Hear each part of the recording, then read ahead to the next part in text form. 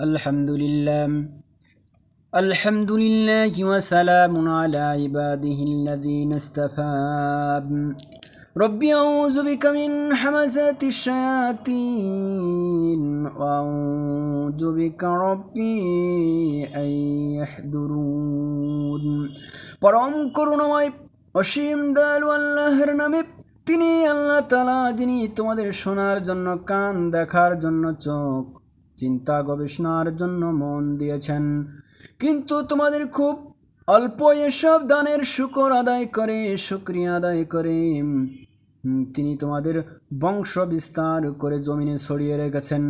একদিন তোমাদের সবাইকে তার কাছেই একত্রিত করা হবে।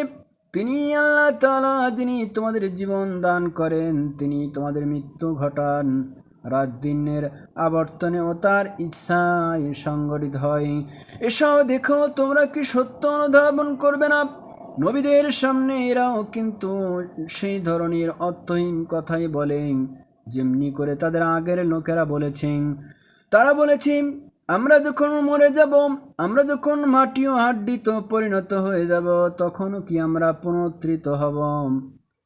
তারা আরও বলেছে, এভাবে আমাদের পূর্ববর্তী লোকদেরও পুনরুত্থানের এই ওয়াদা দেওয়া হয়েছে। মৃত্যুর পর আবার জীবন লাভের এই কথাগুলো আসলে অতীত দিনের উপকথা ব্যতীত আর কিছুই নয়। হে নবী, এদের জিজ্ঞাসা করো, এই জমিনে এবং জমিনের মাঝে যা কিছু সৃষ্টি আছে তা কার মালিকানাধীন? বলো, যদি তোমরা জানো। ওরা বলবে, হ্যাঁ, সব কিছু আল্লাহর। তুমি বলো, এরপরও তোমরা কি উপদেশ গ্রহণ করবে না? তুমি এদের জিজ্ঞেস করো, এই 7 আসমানের প্রতিপালক কে? মহান আরশের অধিপতি বা কে? ওরা বলবে, সব কিছু আল্লাহর। তুমি বলো, তারপরও কি তোমরা আল্লাহ তাআলাকে ভয় করবে না? তুমি জিজ্ঞেস করো, যদি তোমরা সত্যি সত্যি জানো, তাহলে বলো, কার হাতে রয়েছে আসমান জমিন, সব কিছুর একক সার্বভৌমত্ব?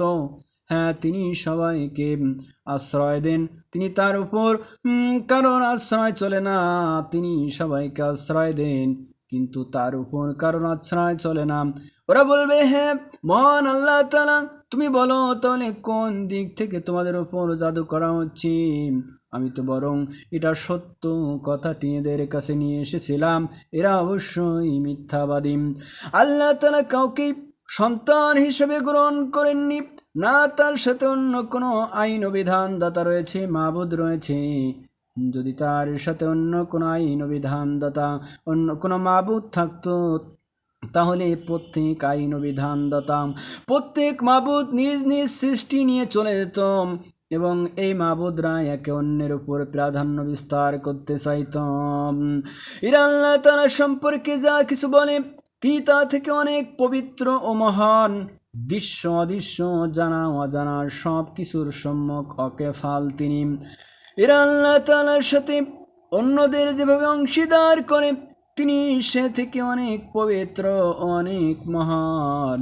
সুবহান রাব্বিকা রাব্বিল ইজ্জাতি আম্মা ইয়াসিফুন ওয়া সালামুন আলাল মুরসালিন আলহামদুলিল্লাহি রাব্বিল আলামিন।